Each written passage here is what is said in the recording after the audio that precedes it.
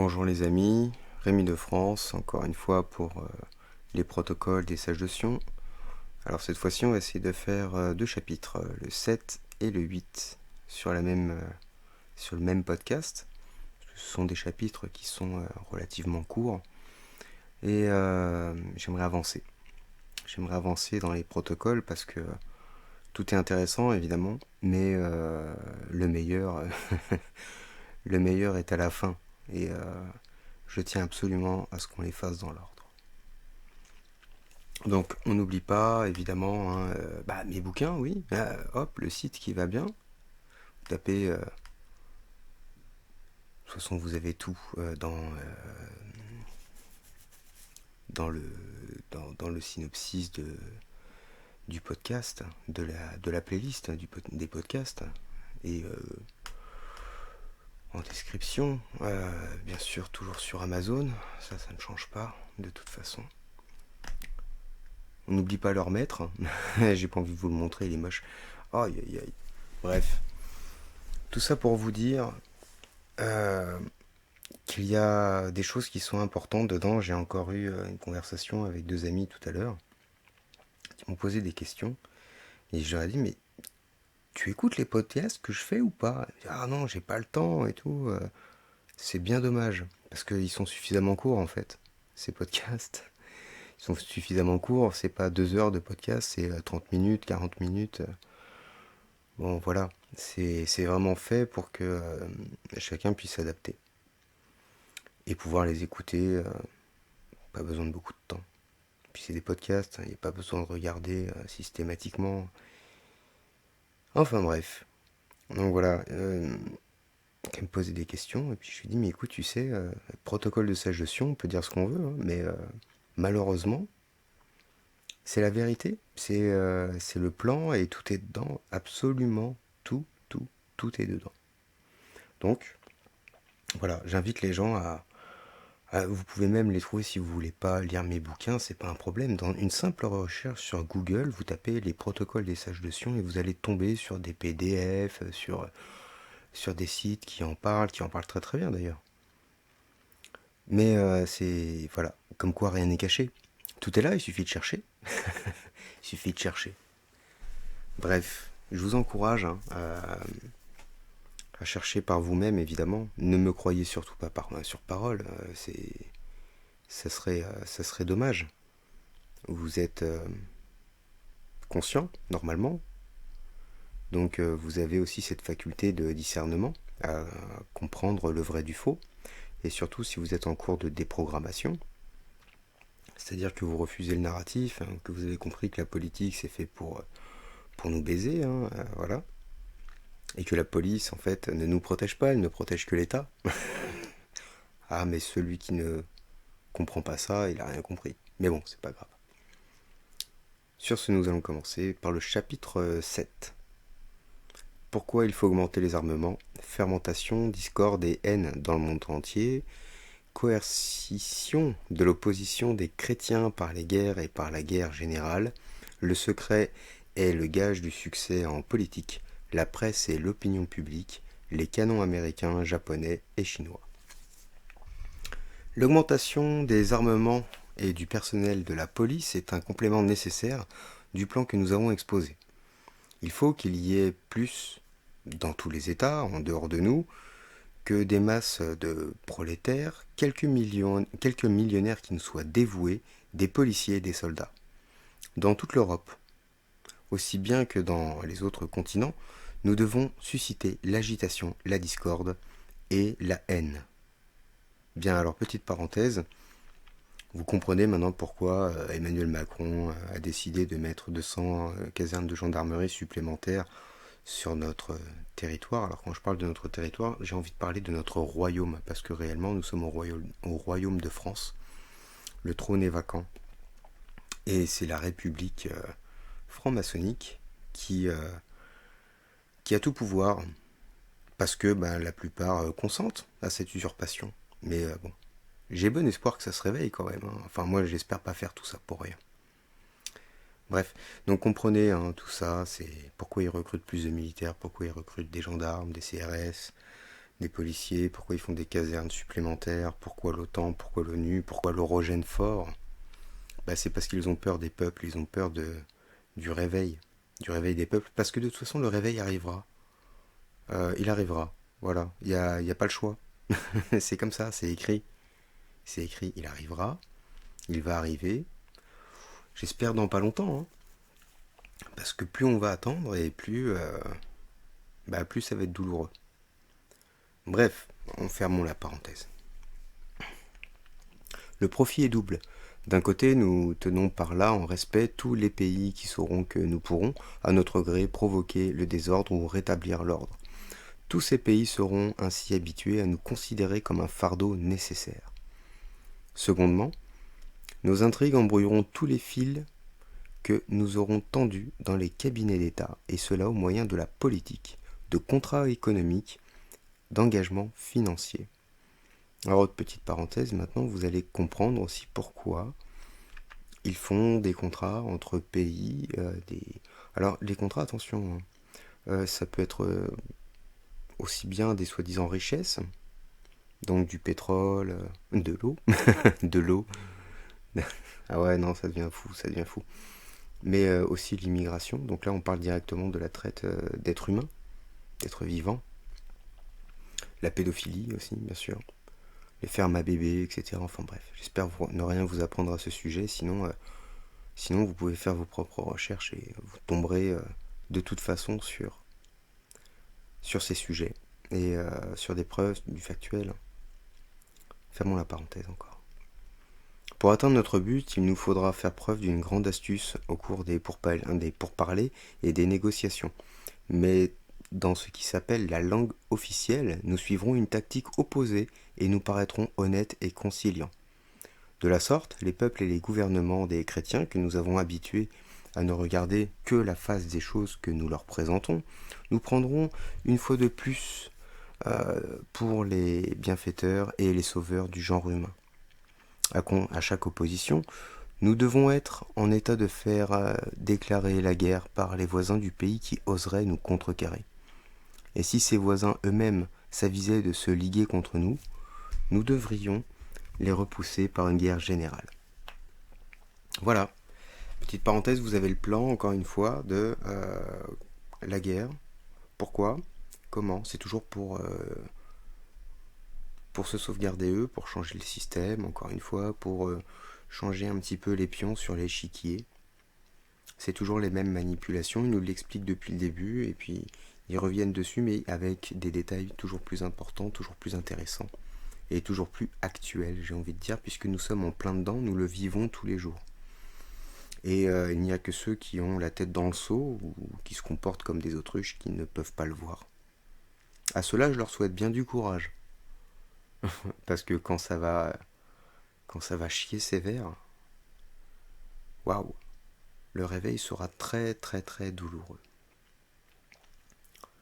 Bref, continuons. Nous devons contraindre les gouvernements chrétiens à agir selon ce plan que nous avons conçu avec ampleur et qui touche déjà au but. L'opinion publique nous y aidera, cette opinion publique que la grande puissance, la presse, a déjà mise secrètement entre nos mains. Petite parenthèse, alors on verra dans le protocole numéro 12, mais encore une fois, la presse, ce qu'ils appellent la presse, c'est la propagande, donc les maisons d'édition, les librairies, les journaux, aussi bien télévisés que papier, tout ça, ça leur appartient. Donc il n'y a pas de surprise par rapport à tout ça. Il y a juste une surprise pour ceux qui écoutent le narratif, qui lisent le Figaro ou je ne sais quoi. Bah oui, voilà. Bref, continuons. À peu d'exceptions près, en effet, avec lesquelles il est inutile de compter, la presse est déjà tout entière sous notre dépendance. En un mot, pour résumer notre système de coercition des gouvernements chrétiens de l'Europe, nous ferons voir à l'un notre force par des attentats. Petite parenthèse, le 11 septembre par exemple, Charlie, etc., etc. Fermons la parenthèse. C'est-à-dire par la terreur. À tous, si tous se révoltaient contre nous, nous répondrons par les canons américains, chinois et japonais. Et là, c'est la fin de ce protocole. du 7e protocole. Donc, encore une fois, il gouverne par la terreur. Et il traite des complotistes de terroristes. Le terrorisme est une forme de gouvernance. Terrorisme, qui aime la terreur. Ok ? Qu'est-ce qu'ils font actuellement ? Gouverner par la terreur ? Oui, bien sûr. Évidemment, c'est ce qu'ils font. Et de façon mondiale. Je parle de la France, mais non, de façon mondiale, c'est ça. C'est-à-dire qu'un peu partout dans le monde, les gens qui suivent le narratif s'attendent, plus ou moins, à se prendre un virus sur la gueule. Tiens, d'ailleurs, aujourd'hui, j'ai entendu des échos d'un nouveau virus, Marburg, etc., etc. Oui, alors le Marburg, il était déjà annoncé l'année dernière. Et aujourd'hui, il nous annonce que ce virus, ce soi-disant virus, serait là à nos portes, etc. Bon, moi je rigole de tout ça parce que on sait aussi que les virus sont leur construction. C'est une construction de l'esprit, c'est une chaîne, ça n'existe pas. Ça n'existe pas, il suffit d'aller voir les travaux de Béchamp pour comprendre tout ça. Oui, Béchamp, Antoine Béchamp, qui a été plagié et usurpé par Pasteur. Voilà, vous comprendrez aussi, peut-être un jour vous comprendrez que tous les noms de rues, les noms de places, euh, tout cela, en fait, sont des noms de personnages francs-maçons. C'est une sorte d'hommage qu'il leur rend, et c'est pour marquer leur territoire, évidemment. Voilà. Donc, quand vous voyez rue Pasteur, bon, bah, vous avez compris, Pasteur, dans l'inconscient collectif, on va vous dire que c'est un gars bien parce qu'il a découvert les vaccins, machin. Ouais, bah non, pas du tout, pas du tout. C'est un usurpateur, tout comme Macron est l'usurpateur à l'Élysée, son gouvernement avec, et tous ses codes de loi, sa justice, sa police, etc. Ils n'ont aucune légalité ni aucune légitimité. De toute façon, je vous rappelle que nous sommes au royaume de France et que les êtres libres de ce pays sont des souverains. Et quand je parle d'êtres libres, c'est ceux qui ont divorcé en fait avec toute cette société de dégénérés. Voilà. Oui, des souverains. Bah oui, nous sommes tous rois, mais il n'y a qu'un seul trône. On se battra pas pour reprendre le trône, c'est pas le but. Le but c'est encore une fois d'installer j'ai envie de dire un contre-pouvoir, mais c'est même pas un contre-pouvoir, ce serait plutôt un pouvoir légitime, puisqu'il nous a été volé. Bon, c'est un autre sujet. Passons au 8e protocole, qui lui aussi est très très intéressant. Très court, mais très intéressant. Allez, chapitre 8. Usage équivoque du droit juridique, les collaborateurs du régime franc-maçon, école particulière, éducation supérieure toute particulière, économiste et millionnaire, à qui il faut confier les postes responsables dans le gouvernement. Nous devons nous approprier tous les instruments que nos adversaires pourraient employer contre nous. Nous devrons trouver dans les subtilités et les finesses de la langue juridique une justification pour les cas où nous devrons prononcer des sentences qui pourront paraître trop hardies et injustes. Car il importe d'exprimer ces sentences en termes qui aient l'air d'être des maximes morales et très élevées, tout en ayant un caractère légal. Petite parenthèse ou pas parenthèse là ? Ouais. Bon. Le juridique n'est pas du français comme on nous l'a enseigné. C'est une langue à part. Je l'ai déjà évoqué dans les autres podcasts. Et là même, il donne clairement l'indication. Vous pourrez réécouter les autres podcasts pour vous en rendre compte. Mais ils en parlent tout le temps. Et vous allez voir que c'est terrible. La blague est immense, elle est monstrueuse. Il n'y a rien de vrai dans leur truc. Je parle pas des protocoles des sages de Sion, je parle du monde dans lequel on vit, le système, la société telle qu'elle est construite, les chaînes de l'esclavage mental. Tout ça est une immense blague. Et les gens dorment, et c'est bien dommage. Mais reprenons. Notre régime doit s'entourer de toutes les forces de la civilisation, au milieu desquelles il devra agir. Il s'entourera de publicistes, de jurisconsultes, expérimentés, d'administrateurs, de diplomates, enfin d'hommes préparés par une éducation supérieure spéciale dans des écoles spéciales. Petite parenthèse, école spéciale, l'ENA. Hop là, fin de la parenthèse. Ces hommes connaîtront tous les secrets de l'existence sociale. Ils connaîtront tous les langages, formés de lettres et de mots politiques. Ils auront connaissance de tous les dessous de la nature humaine, de toutes ces cordes sensibles sur lesquelles ils devront savoir jouer. Ces cordes sont la tournure d'esprit des chrétiens, leurs tendances, leurs défauts, leurs vices et leurs qualités, leurs particularités de classe et de condition. Il est bien entendu que ces collaborateurs de génie de notre gouvernement ne seront pas pris parmi les chrétiens, qui sont habitués à faire leur travail administratif sans se soucier de son utilité. Les administrateurs des chrétiens signent les papiers sans les lire. Ils servent par intérêt ou par ambition. Nous entourerons notre gouvernement de tout un monde d'économistes. Voilà pourquoi les sciences économiques sont les plus importantes à enseigner aux Juifs. Nous serons entourés de toute une pléiade de banquiers, d'industriels, de capitalistes et surtout de millionnaires, parce qu'en somme, tout sera décidé par des chiffres.